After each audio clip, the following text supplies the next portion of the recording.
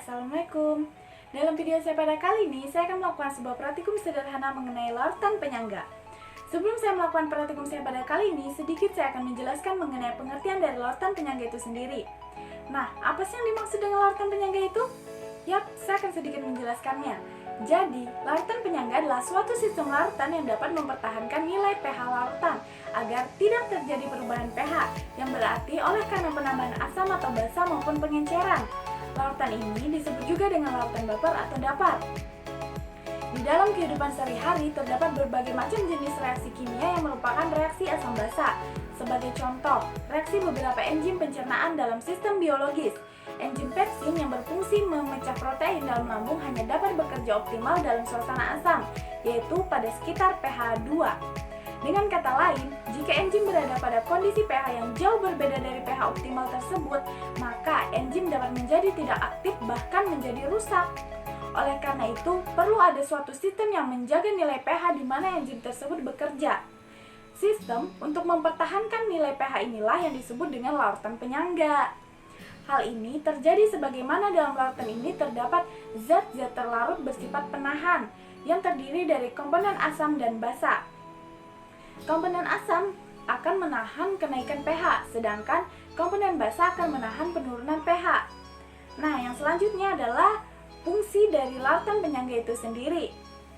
Larutan penyangga banyak digunakan dalam analisis kimia, biokimia, bahkan mikrobiologi. Selain itu, dalam bidang industri juga banyak digunakan pada proses seperti fotografi, elektroplating, pembuatan bir, penyamakan kulit, sintesis zat warna, sintesis obat-obatan, maupun penanganan limbah. Di dalam tubuh makhluk hidup juga terdapat larutan penyangga yang sangat berperan penting. Dalam keadaan normal, pH darah manusia yaitu 7,4. pH darah tidak boleh turun di bawah 7,0 ataupun naik di atas 7,8 karena akan berakibat fatal bagi tubuh.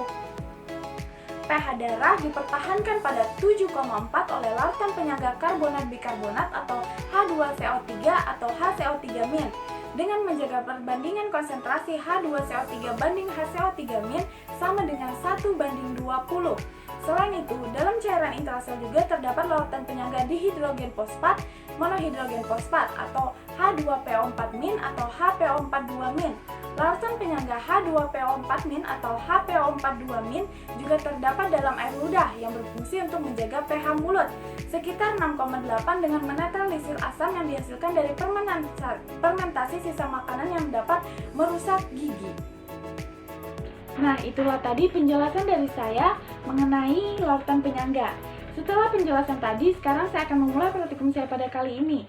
Di sini saya sudah menyiapkan 6 gelas dengan 4 macam jenis larutan yang berbeda. Ada 2 larutan cuka, 2 larutan deterjen, 1 ekstrak buah naga, dan 1 larutan garam. Dan juga ada sendok sebagai pengaduk dan sebagai alat untuk pencampuran antara larutan garam, ekstrak buah naga ke dalam larutan deterjen dan juga larutan cuka. Langkah yang pertama adalah saya akan mencampurkan ekstrak buah naga ini ke dalam larutan deterjen dan juga larutan cuka dengan takaran yang sama tentunya.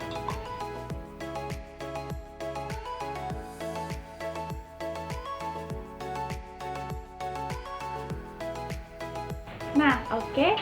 Selanjutnya saya akan memasukkan larutan garam ini ke dalam larutan deterjen dan juga larutan cuka.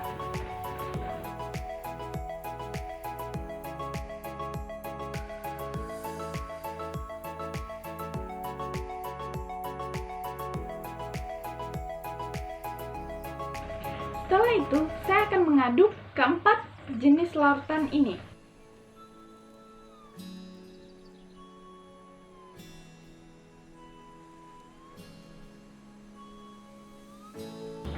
Nah, setelah saya mengaduk keempat jenis larutan ini, di sini dapat terlihat ketika saya mencampurkan ekstrak buah naga ke dalam larutan deterjen dan juga larutan cuka terdapat perubahan warna atau ekstrak buah naga ini mampu merubah dari warna larutan deterjen menjadi lebih pekat atau lebih gelap atau menjadi ungu tua dan mampu mengubah larutan cuka menjadi warna ungu cerah.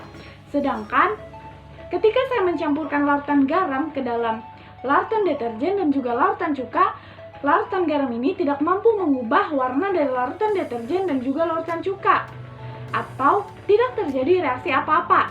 Nah, kesimpulannya dari praktikum kali ini adalah berarti yang termasuk larutan penyangga adalah larutan garam, karena larutan garam ini tidak mampu mengubah warna dari larutan deterjen dan juga larutan cuka. Karena larutan garam ini mampu mempertahankan nilai pH suatu larutan. Oke, mungkin sampai sini saja praktikum saya pada kali ini. Terima kasih dan mohon maaf. Wassalamualaikum warahmatullahi wabarakatuh.